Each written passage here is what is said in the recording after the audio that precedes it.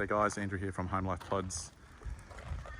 Just about to do a walk around this building here, just touching on a few points of it, from the electricals through to the construction, and some bits and pieces inside. So the building's 14.4 metres long. There's two air cons either end of the building, to this end, to the other end. The switchboard is here.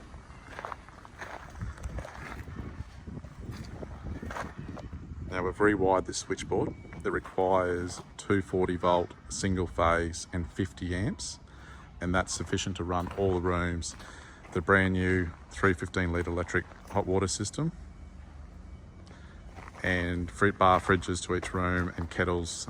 50 amps is more than enough. So it's all labelled, all the circuit breakers are labelled. Mains power is pulled in underneath. This is just from the old connection that will take off. The building currently looks like this. We're about to shrink wrap it tomorrow. So we've added drip lines above all the window openings and the vents. And then we've got our blue foam on there to protect it from the shrink wrap from tearing.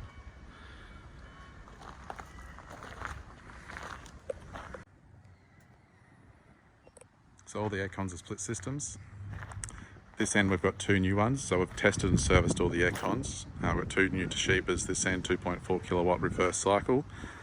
The other end has the original existing air cons, they're tested and fine. We've got isolation switches here for each air con to isolate the power if we need to turn off that unit and work on it for whatever reason. We've also got the circuit breakers there for the air con as well.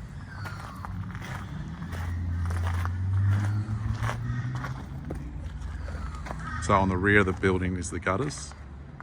One down pipe on each end, down pipe here, and on the other end as well. These white conduits are the backs to the air cons, all the piping running into the split systems. Got windows with fly screens. The vents go into the bathrooms. We'll have a look at that when we're inside. And the crane lifting points, these are the crane lifting points here. This one here, and there's also another one a third way down the building on the other end here. So we require a minimum 3.5 metre spreader bar over the top of the building. It spreads across the building, and there's lifting points that come down a third the way in each end. It's ideal to use soft slings rather than chains. So the soft slings can rub against the building, not scratch it, mark it like a chain would. This building originally had a gas hot water unit, which was no longer required. That's just a power point that ran that. So that's just an exterior power point. Can just be used for general purpose.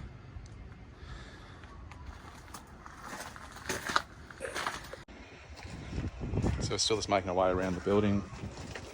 These are the two original air cons this end. Again, isolation switches if we need to work on them, isolate the power for whatever reason.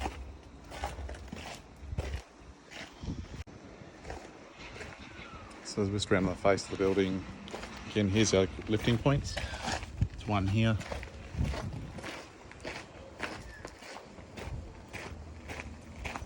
And one down the other end here. Again, use soft slings. We've got all the strapping on the doors ready to strap them shut before we shrink wrap tomorrow. The keys for each door are taped to the handles, which will be then inside the shrink wrap. So it's got door stops here and hooks for your doors to stay open. All right, we'll jump inside this one. So in here we've put new flooring, new vinyl flooring. I've got the robe this side, study desk. All the beds are stacked inside this room. We've got a bar fridge here. Air conditioner up in the corner. Just split system inside unit. Got a bed light there. Now with the electronics for the room, this key tag must be in for the room to work with the electrics. These are actually these are the right remotes. So we've got two brand new remotes and two original remotes. Obviously the original ones go in the rooms with the original units. We'll have that all set up and I'll just double check that. Light switches, power points, you can run your kettle, toaster, whatever you need to. Up here's your TV stand. Your aerial is here. No TVs are in here. And we've got the power points up there. So in this building, I don't have my list in front of me, but I'll try and remember most of it that we included. So we've got 4 new fire extinguishers. There's new smoke alarms to every room as well, as both of them had expired, the original ones. Just a drawer there. We come in the bathroom. We've got our shower curtain. It's 900 by 900 fiberglass cubicle, all fully enclosed. Just a shaving cabinet mirror, stainless basins, car rails, and the toilet. Normal power point here, fluorescent lighting, and 3, I'm pretty sure it's 2 or 3 of these vents we replaced. The bearings got a bit squeaky from sitting idle from the last time I set up on camp. In here we've got vinyl flooring. It's a non-slip vinyl flooring. I've got floor waste that goes through underneath the building. We're going to have that plumbing outside soon. And the new floorings outside. I think that's about all for in here.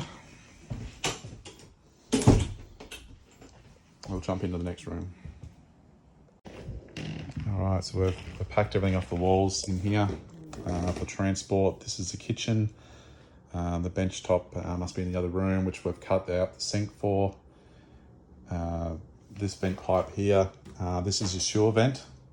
I'll run back around now to show you where that is.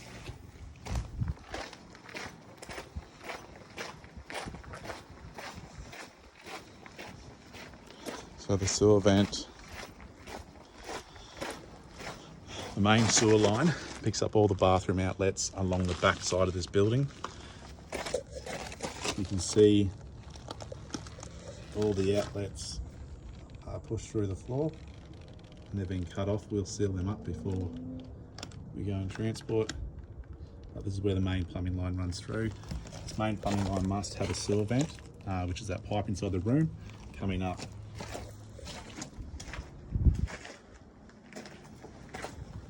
So we're just in our third room now. We've got our fridge, we've got our oven cooktop.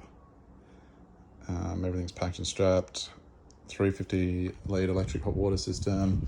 On top is the splashback for behind the oven, and these are your 150s high splashes to go above your cabinets.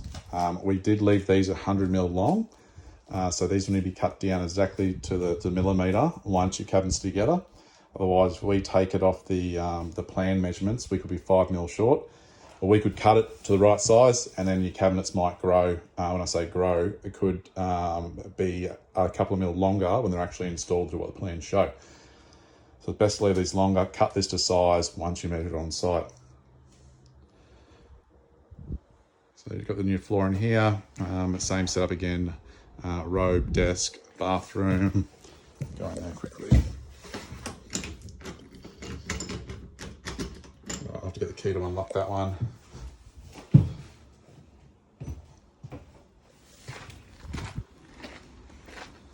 I'll put in the last room.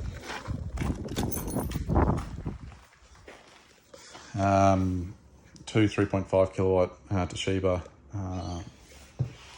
air cons. We've got 2 bar fridges, all taped in. Robe again, the new smoky. Desk, toilet, that's a new one. So anything with this orange sticker is a new exhaust fan. They're already wired up, ready to go. Like as soon as the lights are turned on, they're switched with the lights. So when this light goes on here, exhaust comes on automatically as well. Shower curtain. There's also inside, just not sure which robes, the guys have packed all this fire extinguishers and anything else that was on the order as well. All those robes are screwed and strapped back as well. Just going back to the outside. So these two exterior lights here and here, they're both censored from this here. Now if you take that cover off, there's going to be dials inside with sensitivity and the amount of lux until they come on. You can override that. You can just turn the switch off and work those lights manually, just on off like normal, or you can leave them on as an automatic setting. So it's down on the switchboard end of the building again. Now this box down here, this is where your coaxial TV aerial runs into the building from your satellite or your antenna, however it's set up over there. Your main coaxial will run into this box here, and inside this box, this will feed the rest of the building, all the TV points, the 4 TV points I've pointed out, or you will see further on the video.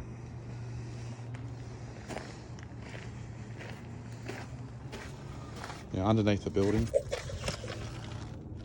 there's 2 skids. There's one skid there, and the other skid is there that run the length of the building. That steel is a 200 PFC skid. The centres on them are 1.8 metres.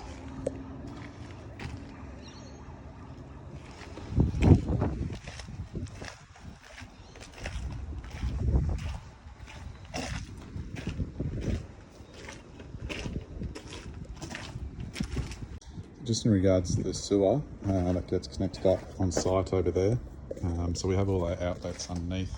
It's best to connect it with 90mm, run a mains 90mm line, and then tee in all your showers that are coming through the skid there. That's your shower and vanity, sorry. Shower and vanity coming through the skid, shower and vanity coming through the skid, and this is your toilet coming through there. And use a 90mm mains line to manifold it all together, running down the length of this building. Then send it to your main septic system on site. So the construction of this building, it's all steel frame. Roof trusses, wall trusses, all steel frame, steel floor joists as well on a plywood floor. All the walls and ceiling are insulated. That includes anti-con on the roof, insulation batts in the roof trusses, and in the walls there's insulation batts as well. The exterior is colour bond. The white colour is surf mist colour bond. The blue is called deep ocean. The doors are painted. The doors are a solid core exterior door. We replaced all of them, and they are painted in deep ocean as well. There's all new door handles on there as well. All the keys are taped to the handles.